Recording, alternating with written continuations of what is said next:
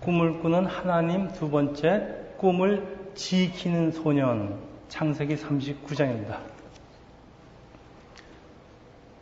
지난 시간 꿈에는 두 가지 뜻이 있다고 말씀드렸는데, 잠을 자다가 생기는 현상, 또 다른 것은 사람의 비전, 소망, 목표를 말할 때도 꿈이라는 말을 사용합니다.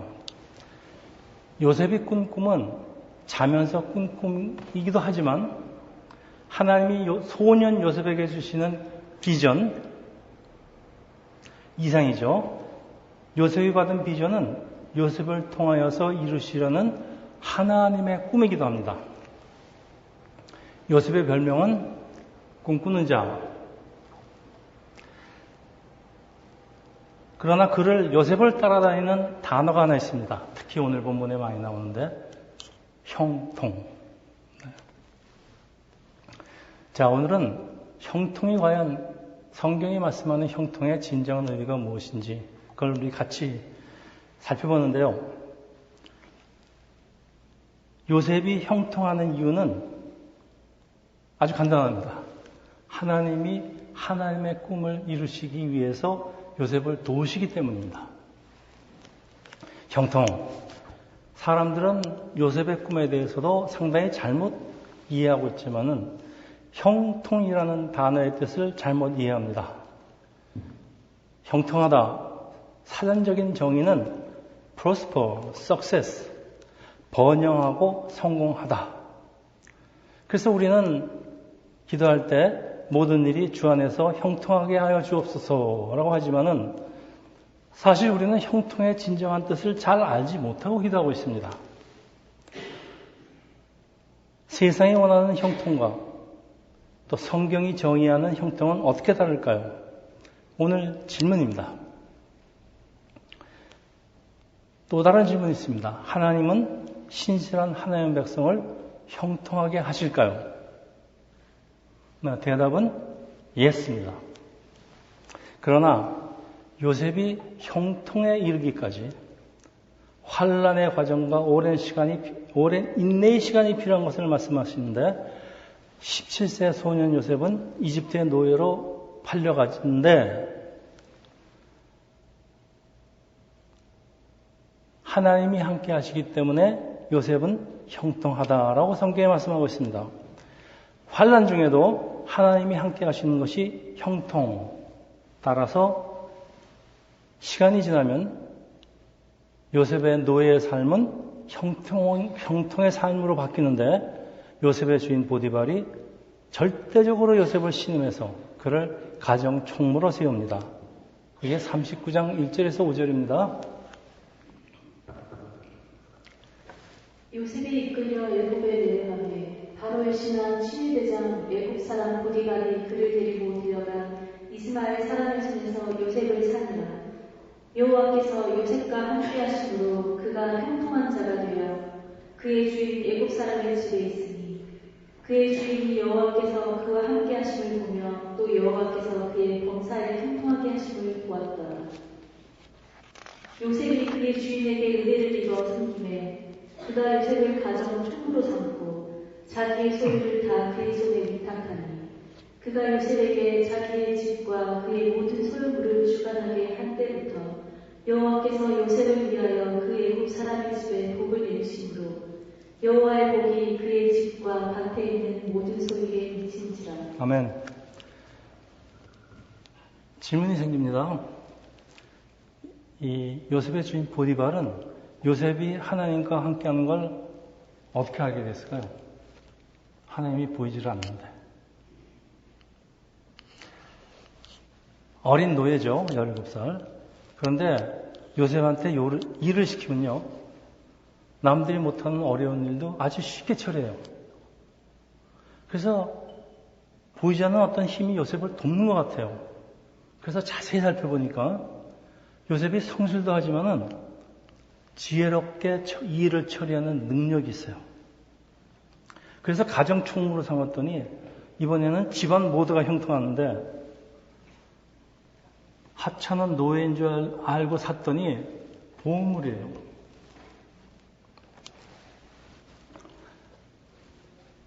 여러분이 인터뷰를 하고 어떤 회사에 들어갔는데, 인터뷰하고 회사에 들어갔을 적에는, 그냥, 떨어뜨리기 그래서 그냥 뽑았다 할지라도, 이 사람 일하는 거 보면요, 상당히 지혜롭게 하고, 그럼 주인이 자세히 살펴보게 돼 있어요, 사장이. 근데 보니까, 이거 연봉 35,000불에 계약을 했는데, 말고 같더니 보험물이에요. 그래서 75,000불로 연봉이 올라갔습니다. 이거 제 얘기예요. 근데 이게 다가 아니에요. 남이 하지 않으라는 귀찮은 일도 다 맡아서 감당하고, 또 연약한 사람들도 배려를 해요. 또 불의와 타협하지 않고 겸손한 사람들은 그 삶 속에서 여호와 하나님을 발견합니다. 이것도 제 얘기입니다. 조금 감안하고 들으세요. 자, 요셉이 하나님을 입으로 전했을까요? 에이, 어떻게 주인한테 하나님을 입으로 전합니까? 근데 사람들이 요셉에게서 하나님을 발견한다는 의미는 여러분 예수를 전하는 일이 우리 입으로 하는 게 아니고요. 우리의 삶이 동반될 때 설득력을 가진다는 사실을 다시 한번 확인합니다. 제가 교회 다니기를 강렬하게 부인하고 반항을 했던 이유가 교회 다니는 사람한테 이 반대의 모습을 발견했기 때문에 그래요. 오히려 전도가 아니고요. 이거는 오히려 전도를 거꾸로 하는 겁니다. 자, 오늘 본문에 특별한 표현이 있어요. 여호와께서 요셉과 함께 하셨다. 여러분, 교회에서 흔히 듣게 되는 간증이 있어요. 예수를 믿지 않을 때는 어려움이 많았는데 예수를 믿기 시작하니까 모든 일이 순조롭게 풀리더라. 할렐루야. 네, 맞는 말이긴 해요. 근데 모든 사람에게 항상 무조건으로 일어나는 일이 아니라는 거에 유의하시기 바랍니다. 저 역시 예수를 따르는 과정에 많은 환난을 겪었는데 그때 아주 가깝게 지내던 집사님이 저를 찾아왔어요. 그때 제가 집사였습니다. 김 집사, 하나님께 얼마나 큰 죄를 졌길래 이런 일이 일어나는가? 빨리 회개하라. 참 기가 막힙니다. 그럴 때 죄 없이 고난을 당하던 욥을 생각하면서 위로를 받았습니다. 여러분, 환난 중에 사람을 제일 힘들게 하는 게 그 환난 자체가 아니에요. 혹시 내가 하나님께 버림받은 아닌가? 사람들의 조롱받고 이런 게 정말 어렵습니다. 자, 그런 두려움 때문에 그랬어요. 여러분, 고난이 하나님이 함께하지 않는다는 그런 사인일까요? 근데 사람들은 그렇게 얘기합니다. 고난당하는 사람 보고 저 죄졌지. 네. 교회에서 그래요. 여러분, 요셉의 환난은 그가 총리가 돼서 많은 사람들을 구하기 위해서 반드시 겪어야 하는 과정이기 때문에 여러분 잘 들으십시오. 요셉의 환난은 하나님이 함께 하지 않아서가 아니라 오히려 하나님이 함께 하시기 때문이라는 이런 역설이 성립됩니다. 왜 하나님이 요셉을 크게 쓰시기 위해서 준비시키는 과정이라고 했습니다. 하나님은 요셉과 함께 하지 않은 적이 없어요. 하나님 백성들은 태초부터 택함을 받은 백성이에요.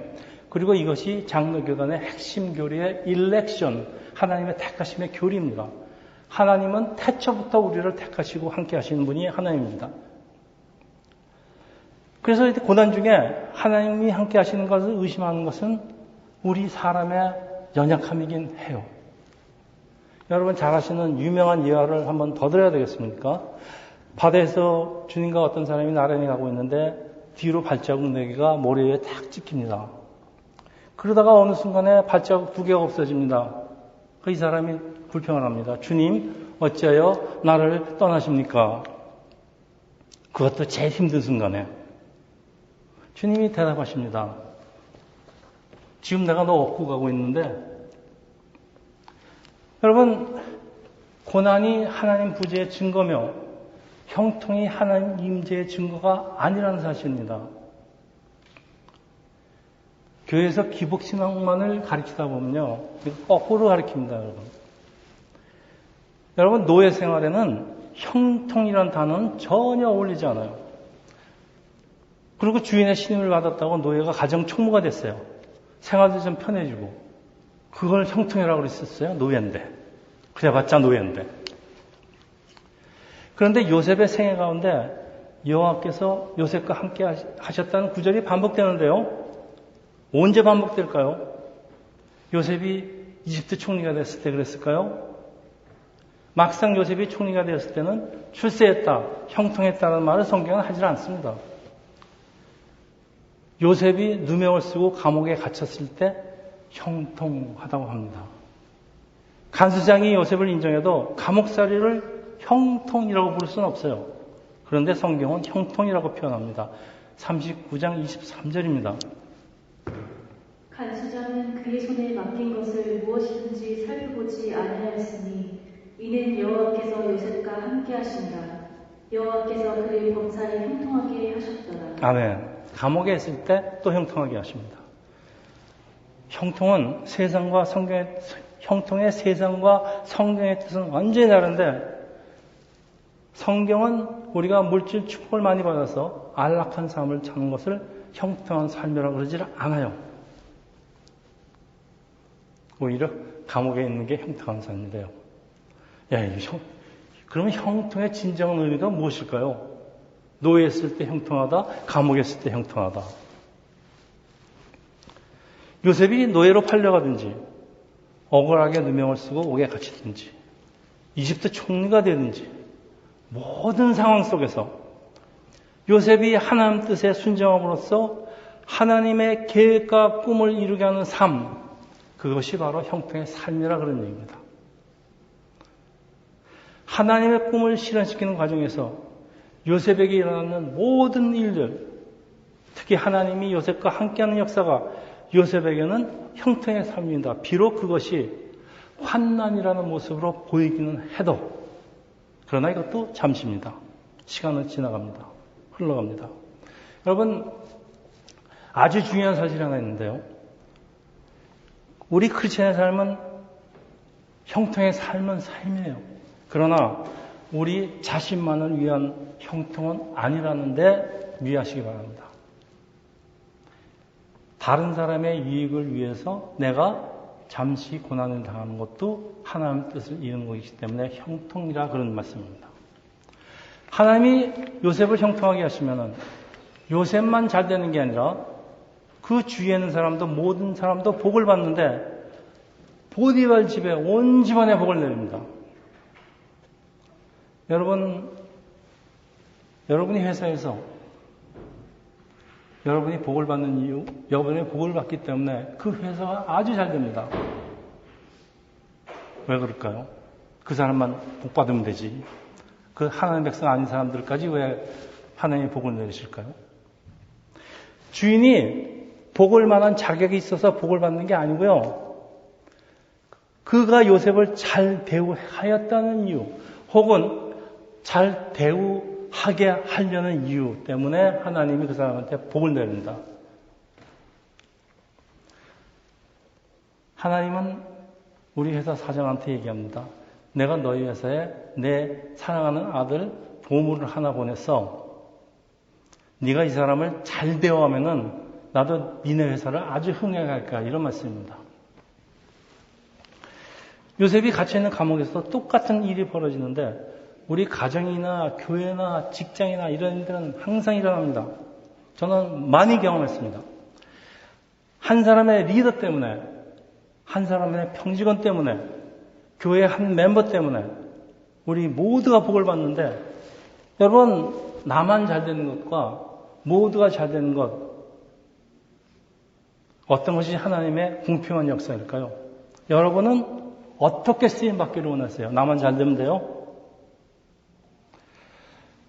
자, 사탄마귀는 이런 요셉을 질투합니다. 그래서 덫을 설치하고 유혹하는데 사탄은 어떤 사람을 사용할까요? 자기 혼자만 잘 되려는 사람일까요? 사람의 겉모습만 보는 보디발 아내 같은 사람이라면은 아마 사탄 쓰임받기에 아주 제격일 겁니다. 39장 6절이에요. 주인이 그의 소유를 다 요셉의 손에 의탁하고 자기가 먹는 음식 외에는 간섭하지 아니하였더라. 요셉은 용모가 빼어나고 아름다웠더라. 자, 용모가 빼어나고 아름답다는 것은 뭐 행운이고 자랑이죠. 근데 고난 시즌 2 아시죠? 여러분 드라마가 시즌 2는 요셉의 아름다운 용모로부터 시작한다는 거 참 아이러니한 사실입니다. 이 사람이 지금 이뻐서 근데 사실 그래요. 우리나라 말에도 미인 박명이라는 말도 있고 여러분 너무 이쁘면은 그 인생이 그렇게 평탄하지 않아요. 왜 그럴까요? 자, 안주인은 주인보다 오히려 더 무서운 사람일 수 있죠. 저 보세요. 근데 요셉은 어떻게 끈질긴 유혹과 싸울 수 있을까요? 오늘 우리에게도 똑같이 정리된 질문인데 우리는 어떻게 불의와 위협과 유혹과 싸워서 요셉처럼 나 자신을 지킬 수 있을까요? 먼저 요셉을 함정에 빠뜨리려는 유혹은 무엇일까요? 혈기왕성한 청년이 이승에 대한 욕망 때문이다. 여러분 그렇게 생각하세요? 요셉 정도의 그 성실하고 순진한 사람이 그 여인의 그 욕망을 이기지 못해서 지금 망설이고 있어요? 저는 요셉을 그 정도로 아껴보지는 않습니다. 요셉을 유혹하는 건요, 혈기왕성한 육신이 아니에요. 미래에 대한 두려움, 미래에 대한 생각입니다. 자, 눈을 딱 감고 불린을 한번 저지르고 안주인의 연인이 된다면은 그 삶은 더 편해지고 든든한 배경이 생기고, 근데 만약 거절하고 미움을 받게 된다면은 모처럼 행운처럼 찾아온 편안한 삶을 잊어버릴 수도 있는데 차라리 부인의 청을 못 이기는 척 들어주고 안전을 보장받는 것이 더 나을 것 같다는 그런 현실적인 생각이라고 저는 생각합니다. 만일 끈질긴 유혹을 거절한다면 부인은 남편을 설득해서 요셉을 다른 곳으로 팔아버릴 것은 분명해요. 그런데 요셉이 현실과 타협하지 않고 위험을 감수하는 배경은 무엇일까요? 그 답은 요셉이 부인을 타이르는 말 속 그 답에 요셉의 생각이 있습니다. 39장 7절에서 10절입니다. 그 후에 그의 주인의 아내가 요셉에 대해 묻지하다가 동침하기를 청하니 요셉이 거절하며 자기 주인의 아내에게 이르되 내 주인이 집안의 모든 소유를 간섭하지 아니하고 다 내 손에 의탁하였으니 이 집에는 나보다 큰 이가 없으며 주인이 아무것도 내게 금하지 아니하였어도 금한 것은 당신 부인이 당신은 그의 아내이니라. 그런즉 내가 어찌 큰 악을 행하며 하나님께 죄를 지으리까. 여인이 날마다 요셉에게 청하였으나 요셉이 듣지 아니하여 동침하지 아니할 뿐더러 함께 있지도 아니한다.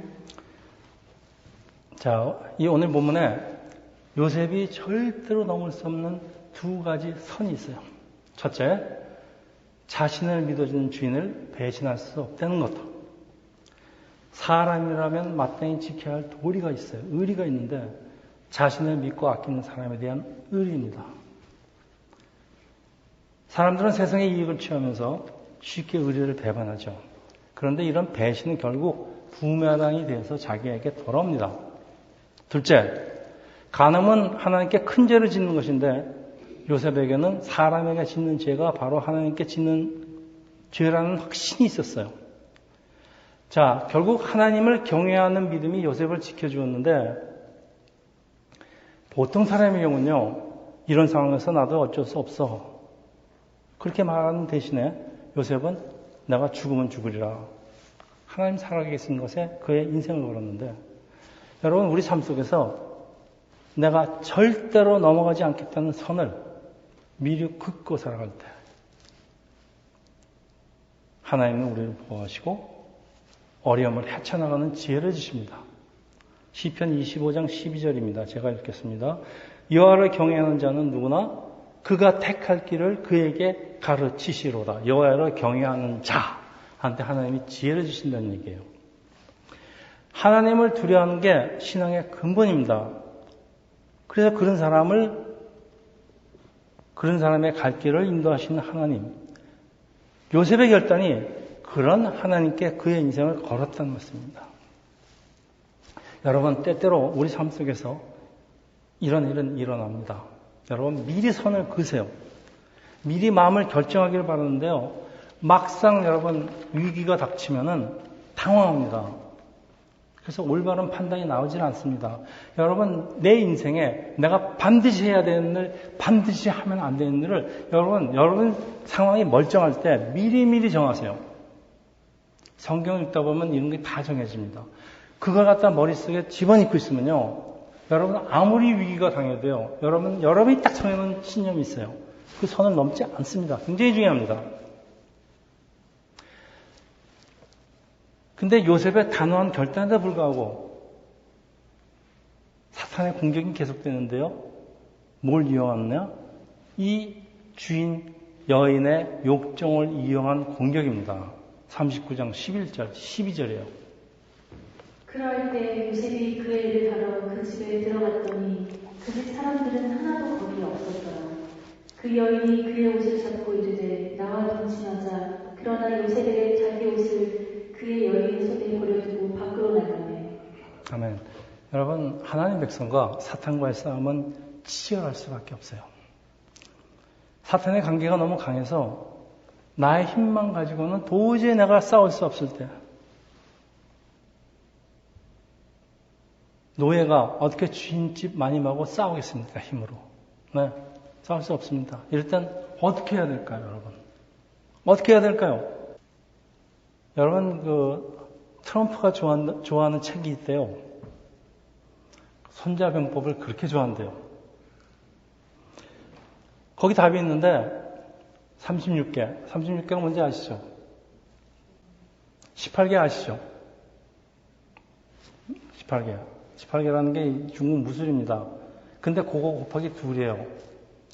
굉장히 무서운 무술입니다. 그게 36개예요. 도망가는 겁니다. 자, 일단 그 자리를 피하는 거예요.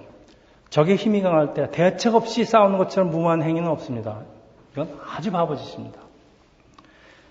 때때로 찾아오는 유혹이 너무도 탐스러워서 우리가 도저히 물리칠 수가 없을 때는 그 자리를 일단 피하는 것이 최선의 방법입니다. 여러분이 이제 사회에 나가서 높은 자리에 취직해서 공무원이 됐는데 누가 여러분을 브라이브 하려고 돈을 싸들고 옵니다. 그 사람을 설득하기, 여러분이 그 사람을 설득하면 그 사람이 들을 것 같습니까? 꼬투리가 언제든지 잡힙니다. 여러분 그런 거 들고 왔을 적에는요, 그냥 나와버리세요.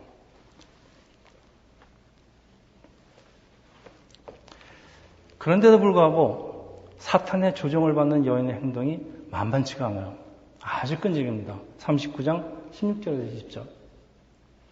그의 옷을 던져주고 자기 주인이 집으로 돌아오기를 기다려 이 말로 그에게 말하며 이르되 당신이 우리에게 데려온 히브리 종이 나를 희롱하려고 내게로 들어왔으므로 내가 소리질러 불렀더니 그가 그의 옷을 내게 버려두고 밖으로 도망하여 나갔나이다. 그의 주인이 자기 아내가 자기에게 이르기를 당신의 종이 내게 이같이 행하였다 하는 말을 듣고 심히 노한지라. 이에 요셉의 주인이 그를 잡아 옥에 가두니 그 옥은 왕의 제수를 가두는 곳이었더라. 요셉이 옥에 갇혔으나. 네. 자, 이제 현장에다가 자기 옷을 두고 왔으니까 변명의 여지가 없어요. 억울한 누명을 쓸 수밖에 없는데, 여러분 이럴 때 어떻게 하면 좋을까요? 우리가 살면서 참 억울하게 누명 쓰는 일이 가끔 있어요. 여러분 어떻게 하시겠습니까? 요셉이 사람이나 그 주인이나 주인집 아내나 또 하나님을 원망하지도 않았어요. 원망했다는 말이 하나도 없어요. 그냥 묵묵히 감옥으로 돌아갑니다. 변명도 안 하고. 왜? 하나님이 위에서 보고 계시다는 확신 때문일까요? 나중에 하나님이 나의 억울함을 다 갚아 주실 거라는 확신 때문일까요? 저는 그렇다고 생각합니다.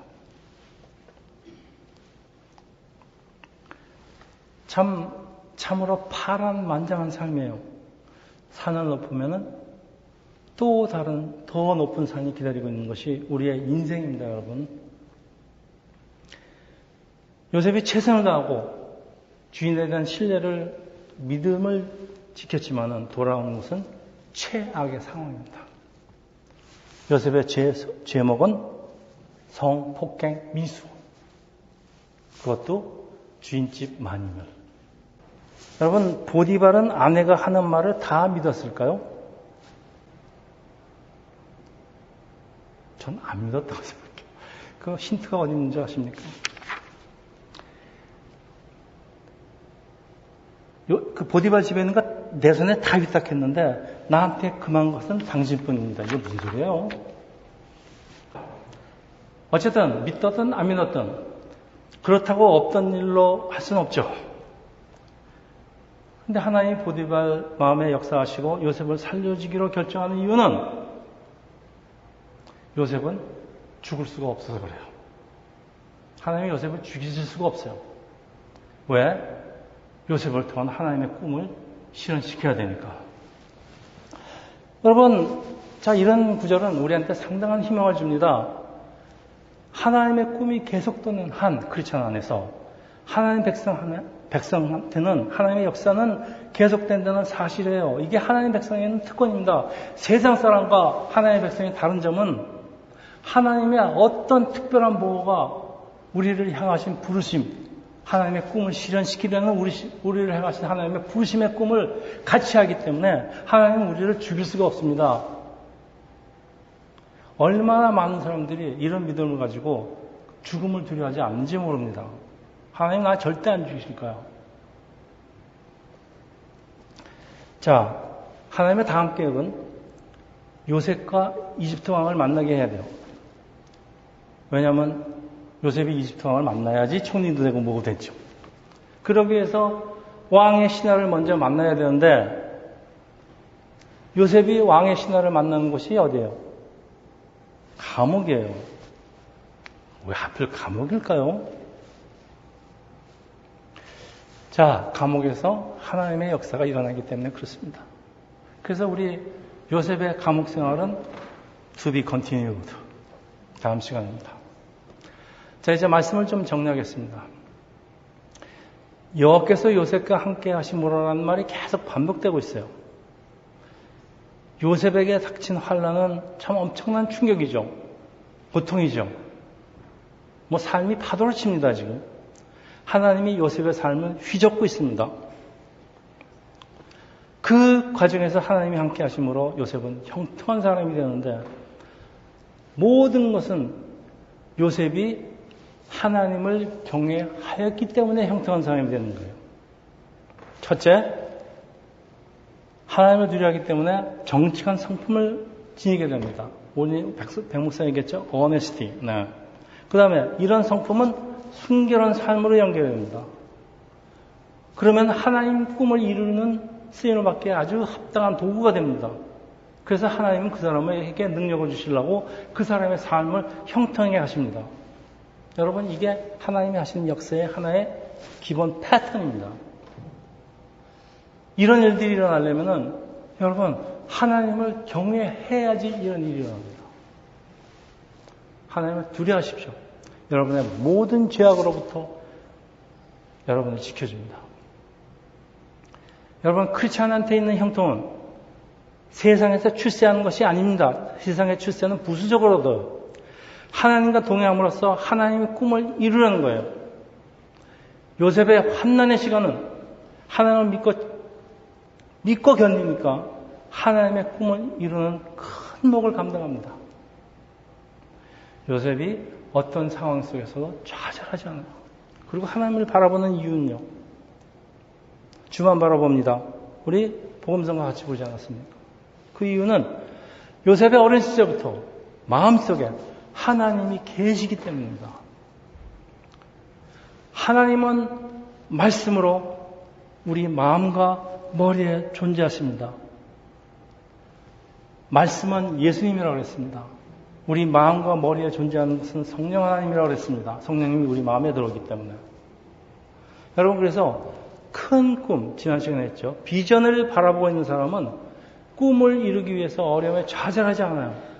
근데 비전이 없거나 비전이 분명치 않은 사람은 어려움을 만나면요, 그냥 힘들어합니다. 낙심합니다. 요셉이 여인의 말만 잘 들으면 큰 혜택이 있을 것 같기도 하고, 미래를 보장받을 것도 같고, 반대로 받아들이지 않으면 미움을 받고 어떤 변을 당할지 모르는 이런 상황에서, 이럴 때 우리에게 무서운 유혹이 찾아옵니다. 그것이 무엇일까요? 정말 이 유혹은 무서운 유혹입니다. 이건 싸워야 됩니다. 내가 어쩔 수 없이 죄를 짓더라도 아무도 모를 거야. 이거 참 무서운 유혹입니다. 얼마나 많은 사람들이 이 함정에 빠지는 분인지 모릅니다. 얼마나 많은 목사님들이 이 함정에 빠진지 모릅니다. 아무도 모르니까요. 그러나 요셉을 지킨 것은 17세의 소년 요셉에게 하나님이 심어주신 꿈입니다. 제가 영어로 좀 번역했습니다. Planted vision in his brain and mind. Planted vision in his brain and mind. 이 브레인하고 마음에 프린트가 됐어요. 임프린트가 됐다는 얘기예요. 하나님의 비전은 우리의 생각과 마음을 지키고 죄를 짓지 못하게 하는데, 여러분 아실지 모르겠지만 사이먼 가펑켈이라는 그 남자 듀엣이 있습니다. 아주 오래됐는데 아주 유명한 분들이에요. 이름은 모르더라도 이 노래는 아실 거예요. 브리지 오브 트러블드 워터라는 노래는 다 아실 거예요. 그렇죠? 네. 또 이 사람들이 부르는 유명한 노래가 있습니다. The Sound of Silence, Hello Darkness is my friend. 이렇게 시작합니다. 네. 여기 가사가 The vision that was planted in my brain still remain within the sound of silence. The vision that was planted in my brain still remain within the sound of silence. Hello darkness my friend. 네, 이렇게 가는 노래입니다. 여러분, The vision that was planted in my brain still remain within the sound of silence. 비전을 하나님의 God's word로 바꿔도 됩니다. 하나님의 비전이, 하나님의 말씀이 내 머리와 내 마음에 박혀 있으면요, 하나님이 주신 비전은 사람의 생각과 마음을 소리 없이 지키는 놀라운 능력이 있어요. 우리에게 반드시 있어야 하고 소중하게 간직해야 되는 것은 하나님의 말씀, 하나님의 꿈, 하나님의 비전입니다. 평소에 여러분, 하나님의 말씀을 배우고 하나님의 비전을 나의 브레인, 나의 마음속에 새기고 있으면요, 하나님이 침묵하시는 것 같은 그 순간, 영어로 within the sound of silence, 그 한나의 순간에도 나의 생각을 지키고 마땅히 가야 할 길로 나를 인도하는 능력이 있다, 그런 말씀입니다. 여러분, 하나님의 말씀은 새기세요. 히브리서 4장 12절입니다. 하나님의 말씀은 살아있고 활력이 있어 좌우에 낯선 어떤 검보다 예리하여 혼과 영과 관절 및 골수를 찔러 쪼개기까지 하며 또 마음의 생각과 뜻을 판단하나니. 이게 하나님의 말씀의 능력입니다. 하나님의 말씀은 어떤 상황에서도 within the sound of silence, 하나님이 없는 것 같아도 그런 순간에도 어떤 상황에서도 나를 지켜주는 능력이 있습니다. 이게 말씀의 능력입니다, 여러분. 자, 이제 마지막으로 하나님이 우리에게 꿈, 비전을 주는 이유는 하나님도 우리를 통해서 이루고 싶은 꿈이 있기 때문입니다. 이 꿈이 뭐라고 그랬죠? 하나님의 꿈은 이 땅에 예수를 보내고 우리로 하여금 예수를 믿게 해서 우리를 새 나라, 새 땅으로 다 인도하는 것이 하나님의 꿈입니다. 이게 인류 구원의 꿈이 하나님의 꿈입니다. 그래서 우리한테 다 이런 사명이 있습니다. 예수님의 기도죠. 예수님의 기도입니다. 아주 유명한 기도입니다. 아버지의 뜻이 하늘에서 이루어진 것 같이 땅에서도 이루어집니다. 이게 우리의 기도가 됩니다. 이게 주기도문입니다. 하나님의 꿈을 이루기 위해서 반드시 해야 하는 우리 이거 부르심의 사명이죠. 잘 감당하기 위해서 우리가 능력이 있어야죠. 하나님의 능력은 바로 형통입니다. 반드시 있어야 되는데 여러분 형통의 삶은 우리가 노예가 되든지 감옥에 가든지 가정 총무가 되든지 총리가 되든지 좋은 일이든지 불행처럼 보이는 일이든지 모든 일을 포함하고 있습니다. 왜? 과정이라고 그렇습니다. 여러분 결론을 내겠습니다. 이제 아까 한 질문에 형통이란 하루하루를 성실하게 준비하는 과정, 주어진 삶의 현장에서 최선을 다하는 중에 얻어집니다. 그래서 형통은 하나님의 꿈과 사람의 비전과 그리고 나의 준비가 만난 자리에 있습니다. 한 번 더 반복하겠습니다. 여러분, 형통은 하나님의 꿈과 그 꿈을 바탕으로 하는 나의 꿈, 비전과 그 비전을 이루기 위한 나의 준비가 만나는 자리에 있습니다. 그냥 얻어지는 것이 아닙니다. 여러분, 하나님 꿈을 마음속에 간직하고 나에게 주어진 삶의 현장에서 적극적으로, 긍정적으로 받아들이세요. 그래서 하나님의 형통이 함께하는 삶을 누리기를 예수 이름으로 축원합니다. 기도하겠습니다. 할렐루야. 하나님 아버지, 오늘 형통의 뜻에 대해서 다시 배우는 시간을 가졌습니다. 형통은 하나님이 함께 하시는 것,